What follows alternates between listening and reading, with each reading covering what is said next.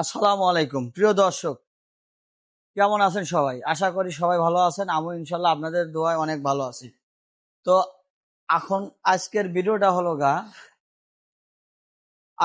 Video হলো আমার এক ভাই প্রশ্ন করছে যে ভাইয়া, আপনারা শবে বরাত এবং রোজার ঈদ টার্গেটে কি কি কি ধরনের গরু পালেন বা পালা যায়।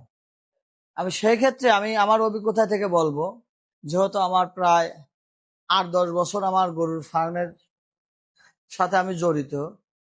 তো আমার অভিজ্ঞতা থেকে বলছি, আপনারা যদি রোজার ঈদ বা শবে বরাতের ঈদে গরু কিনতে চান, এরকম হলিস্টিয়ান জাতের গরু কিনতে পারেন। হলিস্টিয়ান, ফিজিয়ান, করাস, এই সকল গরু আপনাদের হলো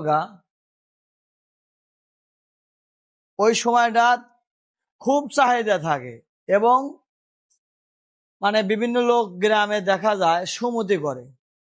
ওই ভাইরা এবং গ্রামের মানুষগুলো এই করাস গরুগুলো বেশি কেনে। আমি আমার অভিজ্ঞতা থেকে আমি বলতেছি। এখন অনেকে আছে বিভিন্ন ধরনের গরু পালেন। আমার কাছে যেহেতু আপনি প্রশ্ন রাখছেন, সেই জন্য আমি আপনাকে ক্লিয়ার করে দিচ্ছি। আপনি যদি এরকম